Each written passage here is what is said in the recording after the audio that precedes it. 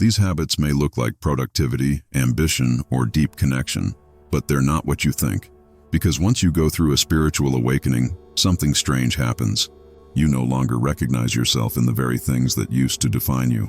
The habits that once gave your life structure and purpose slowly begin to fade, and not because you made a decision to change them, but because they simply stop feeling real. At first, this shift feels confusing. You might look at your life and wonder why the fire is gone, why you don't feel the same rush to meet goals, to impress others, or even to wake up and push through the day like you used to. You think maybe something's wrong. Maybe you're burnt out, lazy, or just tired. But deep down, a different truth is rising. It's not that you've lost your motivation. It's that your soul no longer wants to play the old game. Carl Jung, the famous psychologist, had a name for this. He called it the beginning of individuation, the process of becoming your true self. And this journey doesn't start with growth or power. It starts with loss. Not the loss of love or health, but the loss of who you thought you were. And with that loss comes the quiet dying off of certain habits. You stop reaching for your phone first thing in the morning, not because you're being mindful, but because the noise now feels unbearable. You stop filling your calendar with endless tasks, not because you're lazy, but because you no longer feel the need to prove anything. You stop trying to fix people, save people, or constantly be useful, because a deeper voice within you says, rest. Spiritual awakening doesn't add new habits. It takes old ones away. It peels back the layers of your personality and reveals how much of your life was built on fear, pressure, and approval seeking. And suddenly, your old habits don't make sense anymore. They feel like costumes from a play you're no longer part of. This is where it begins, the quiet erosion of what isn't really you. And while it may feel like you're falling apart, something else is happening beneath the surface. You're making space, not for more effort, but for something much more real to rise in its place. If you don't understand what's really happening after a spiritual awakening, you might start to panic. You might think you're falling behind, wasting time, or even becoming depressed. Because in a world that celebrates hustle, noise, and constant movement, stillness can look like failure.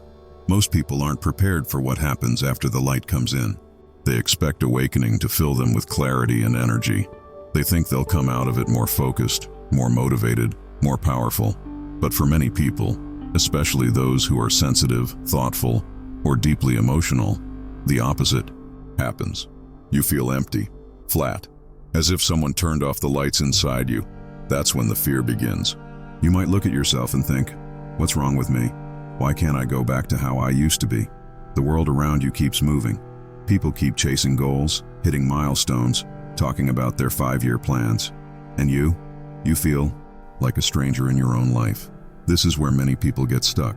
They try to force themselves back into their old habits.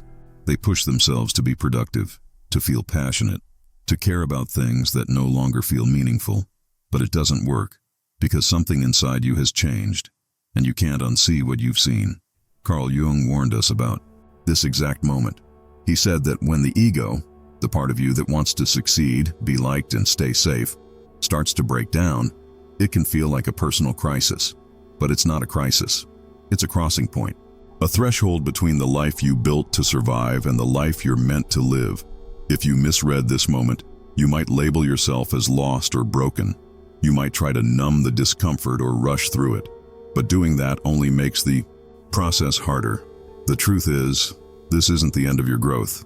It's the doorway into your real life. A life that isn't built from fear or outside pressure, but from what is honest, aligned, and soul deep. This is what's at stake. If you don't understand the habits that are dying off, you might keep trying to bring them back to life. And that would mean missing the deeper transformation that's trying to unfold inside you. Before a spiritual awakening, most of us live in survival mode, even if we don't realize it. We move through life with a set of habits that seem normal, even necessary. These habits are often praised by society. They help us get ahead, fit in, or be admired. But they're not really coming from the soul. They're coming from the ego. Carl Jung described the ego as the part of us that's shaped by the outside world. It's the mask we wear to meet the expectations of others. This mask isn't bad. It's actually part of healthy development. But it's not who we really are. It's a version of us built to perform, to succeed, and to stay safe. When awakening begins, The ego starts to loosen its grip, and that's when the habits it created begin to fall away. Not all at once, and not always in a dramatic way. They fade slowly, quietly, almost like dead leaves falling from a tree. One of the first habits to die off is the constant need for external validation. Before awakening, you might have lived for compliments, attention, or approval. Likes on social media, praise at work, recognition from your partner. These things gave you a sense of worth, but after awakening, they feel empty. You no longer feel excited by them. You don't hate them, but they stop holding power over you. It's not that you don't care at all. It's that your soul is no longer willing to trade truth for applause. Another ego-driven habit that fades is overplanning and controlling every detail of life. You might have once kept a tight grip on your schedule, goals, and routines. You believed that being in control made you feel safe, but awakening shows you how little control you actually have. And instead of feeling anxious about that, you begin to surrender. You start allowing life to unfold, trusting something deeper than your calendar. You become less obsessed with outcomes and more curious about the present moment. A third habit that often dies off is the drive for achievement and success as identity. Maybe you used to define yourself by your job title, income, degrees, or how busy you were. Maybe you chased success because you believed it would finally make you enough. But awakening makes you see that these things are just roles, costumes, temporary stories. And while they may still be part of your life, they no longer define who you are. These shifts can be scary. When your old sources of identity begin to fade, it can feel like you're disappearing. But you're not. You're just returning to something more real. You may also notice that your habit of self-improvement begins to soften. Before awakening, you might have been on a constant mission to fix yourself, to be more productive, more attractive, more spiritual, more everything. But suddenly, you don't feel the urge to upgrade yourself anymore. Not because you think you're perfect, but because you start to understand that your worth was never based on your performance. You don't need to earn love or respect by being better. You just need to be honest with yourself. This is what Carl Jung meant when he said the goal is not perfection, but wholeness. Awakening doesn't make you a superhero. It brings your feet to the ground and invites you to accept who you are, even the parts you once tried to hide or change. You may also let go of the habit of constant doing. Our culture tells us that being busy is a sign of value. We fill every hour, check off endless to-do lists, and feel guilty if we rest. But after awakening, this non-stop movement starts to feel pointless. You no longer want to fill space just to avoid yourself. You start craving stillness, silence, and space to feel. You begin to listen to your inner world instead of drowning it out with activity. These are not small changes. They shift the way you move through each day. They affect how you speak to others, how you work, how you rest, and how you make choices. But they don't come with fireworks or big announcements. These habits don't explode. They simply fade. They stop fitting. Like clothes you've outgrown. Some people around you might not understand what's happening. They may ask why you're not as driven as you used to be, why you seem quieter, less ambitious. They may think something is wrong, but you'll know the truth. Something is finally right. This isn't about giving up or withdrawing from life. It's about living from a different center. Instead of being pushed by fear or ego, you begin to be pulled by something quieter, something more real. Jung said that the ego is important, but it's not supposed to be the master. It's meant to be a servant to something greater, the self. And once you start to awaken to that truth, your habits begin to reflect it. You don't have to force them to change. They simply dissolve when they're no longer useful. So if you've noticed that you no longer chase validation, overplan your life, or define yourself by what you achieve, don't panic. You're not falling apart. You're falling into alignment. The ego may resist. It may try to rebuild the old structure, but deep down, something stronger is taking root. A stillness that doesn't demand proof. A quiet confidence that doesn't need applause. A rhythm that comes not from pressure, but from presence. And that's the beginning of your real motivation. Not the kind that burns you out, but the kind that rises from within. One of the biggest patterns that starts to dissolve is people-pleasing. Before awakening, you may have spent a lot of time shaping yourself to fit others' expectations. You said yes when you meant no. You smiled when you wanted to cry. You avoided conflict to keep the peace, even if it cost you your own. But awakening pulls back the curtain. You start to see how much of your energy was spent performing for others, and something inside you refuses to do it anymore. You stop playing roles that make others comfortable at the cost of your truth. You stop changing your tone to sound agreeable or hiding parts of yourself to avoid judgment. This doesn't make you rude or selfish. It makes you real. And being real is often uncomfortable at first, but it's also incredibly freeing. Another socially programmed habit that fades is toxic positivity. This is the idea that you must always stay positive, no matter what, that you should ignore pain, push away fear, and only focus on the bright side. But after a spiritual awakening, you learn that true growth doesn't come from ignoring darkness. It comes from facing it. Carl Jung said, "Enlightenment doesn't come by imagining figures of light, but by making the darkness conscious." In simple terms, that means real healing happens when you're honest about what hurts. So you stop forcing smiles. You stop pretending you're okay when you're not. You stop silencing your sadness just to make others feel better. And instead, you begin to honor your full emotional truth. You also begin to question the habit of being busy all the time. Society often praises busyness like it's a badge of honor. If your schedule is full, people assume you must be successful. But after awakening, that belief starts to fall apart. You realize that being constantly busy doesn't mean you're living well. It usually means you're avoiding something. You begin to ask yourself, why am I doing all this? Who am I trying to impress? What am I running from? And slowly you start to value space in your day. You welcome slowness. You make time to breathe, to think, to just be. And while the world may see this as doing less, you know it's actually a deeper kind of living. Another pattern that dies off is the pressure to constantly prove your worth. You start to notice how many of your actions were driven by the need to be seen as good, smart, successful, or valuable. This might have shown up in your career, your relationships, or even your spiritual life. But now, that hunger for approval begins to fade. You stop measuring your value by how much you accomplish. You stop bending yourself into shapes just to earn love or acceptance. And this can feel strange at first, even scary. Because if you're not constantly trying to prove yourself, who are you? But that's the point. Awakening asks you to let go of who you were told to be, so you can discover who you really are.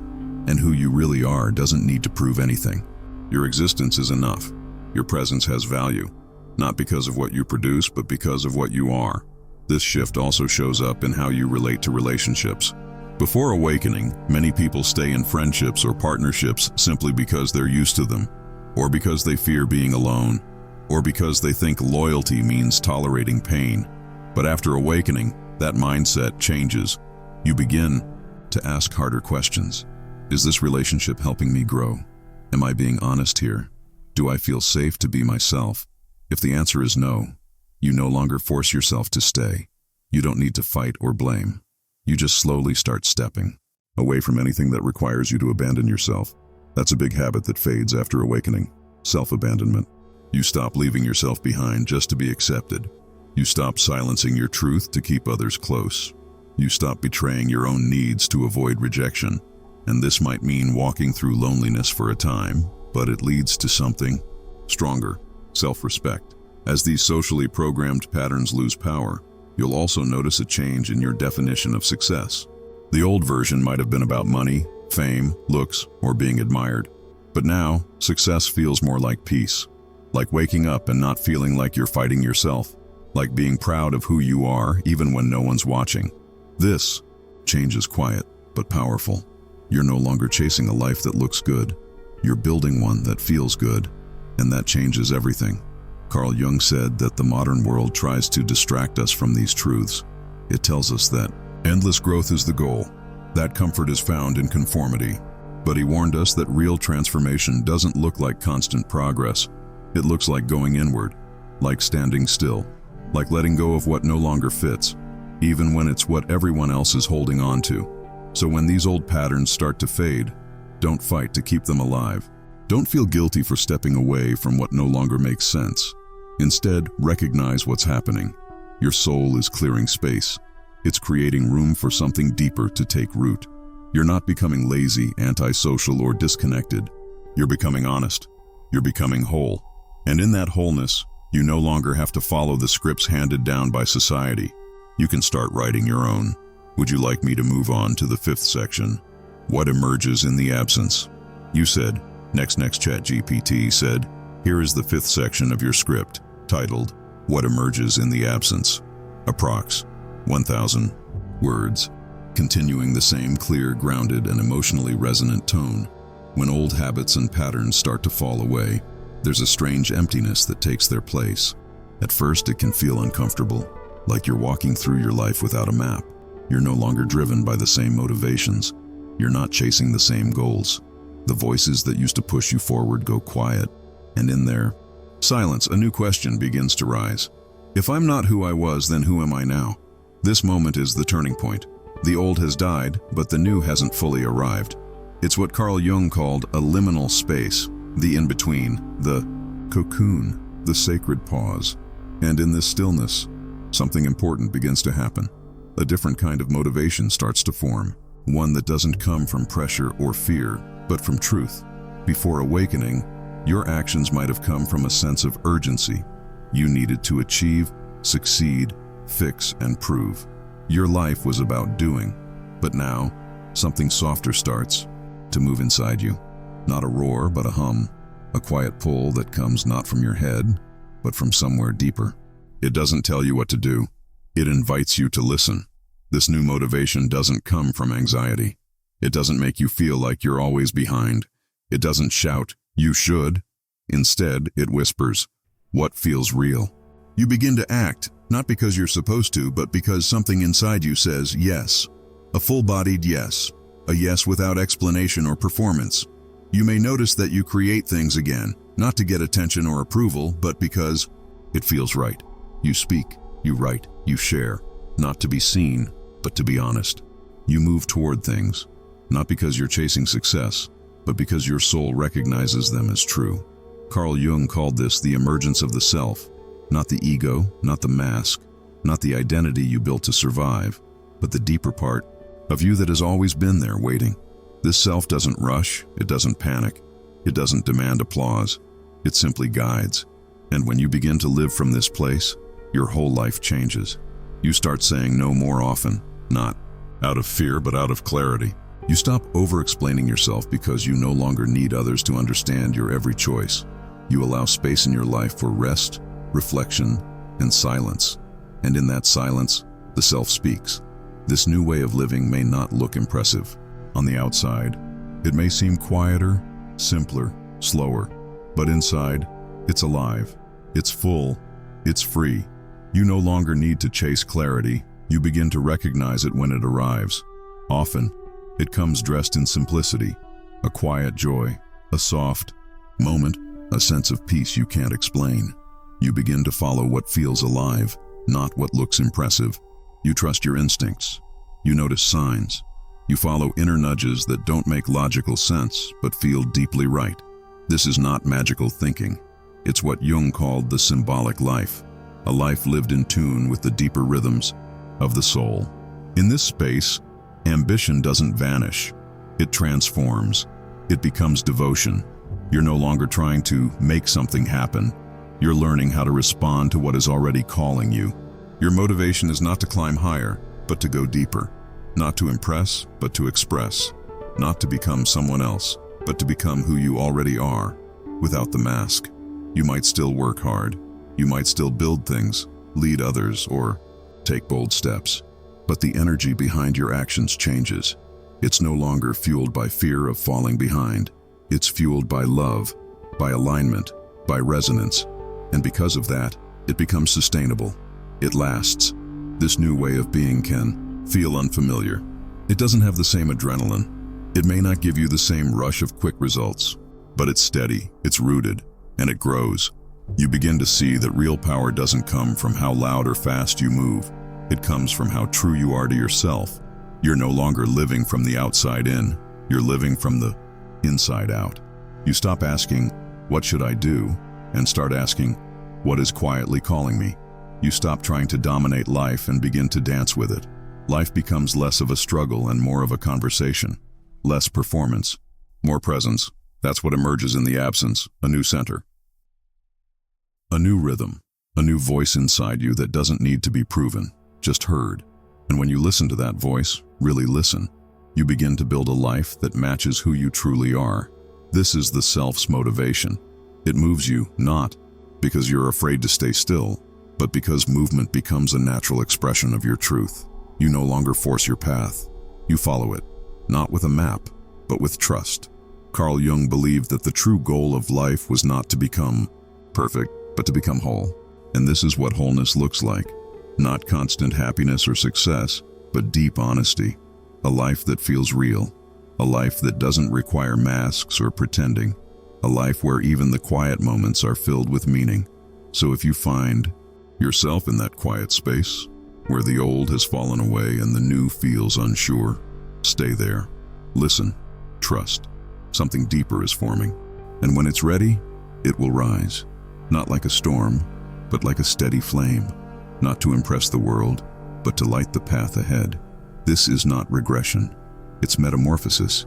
You may feel as though you are dissolving, as though the world you knew is slipping away and leaving you empty. But understand this. What you are experiencing is not regression or loss. It is metamorphosis.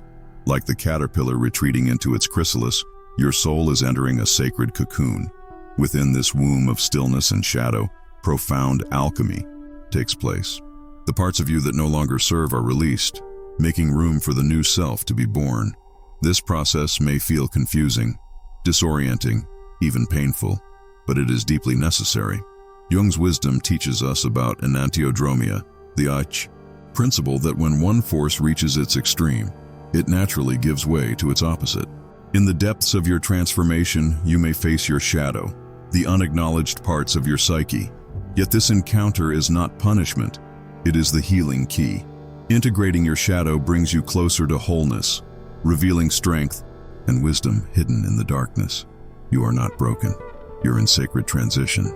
It's easy to feel broken in these moments of upheaval. The world may seem harsh and your inner landscape may feel fractured, but Jung reminds us that the psyche's journey is not about perfection, but about becoming whole. You are not broken, you are evolving. This sacred transition calls for compassion and patience. You are moving beyond old patterns and beliefs that limited your potential. Each challenge, each moment of doubt, is an invitation to deepen your relationship with yourself. You are learning to trust the mysterious unfolding of your inner life. Stillness is a womb, not a grave. The stillness you may resist is not a void, but a fertile space. It is a womb cradling your transformation, where new life is conceived. Do not fear the quiet moments. They are where your soul gathers strength, where your true self emerges. Jung called this the process of individuation, a sacred journey to become who you were always meant to be. It requires courage to stay present with yourself, to hold the tension between who you were and who you are becoming. But within this tension lies the seed of renewal. The new self whispers, not shouts. The ego may crave loud declarations and immediate results, but the new self that emerges from this sacred work whispers gently. It invites you to listen deeply, to trust intuition, and to honor subtle guidance. This is the voice of your deeper being, the part of you connected to universal truth, wisdom, and unconditional love. It does not demand, it invites. It does not push, it draws. Call to action. Join the inner journey. If you are on this path of transformation, know that you are not alone. The journey inward is challenging but sacred, and every step you take honors your soul's deepest desires. I invite you to comment below and share your experience. Your story may light the way for others walking the same road. Share this message with those who need to hear that they are not broken, only becoming. Together, let us affirm the sacred labor of inner work. It is a noble endeavor, one that brings healing not only to ourselves, but to the collective whole. May this space be a sanctuary where your truth is honored and your spirit is uplifted. Your transformation is a beacon of hope. Keep tending to that ember of truth. It will guide you home.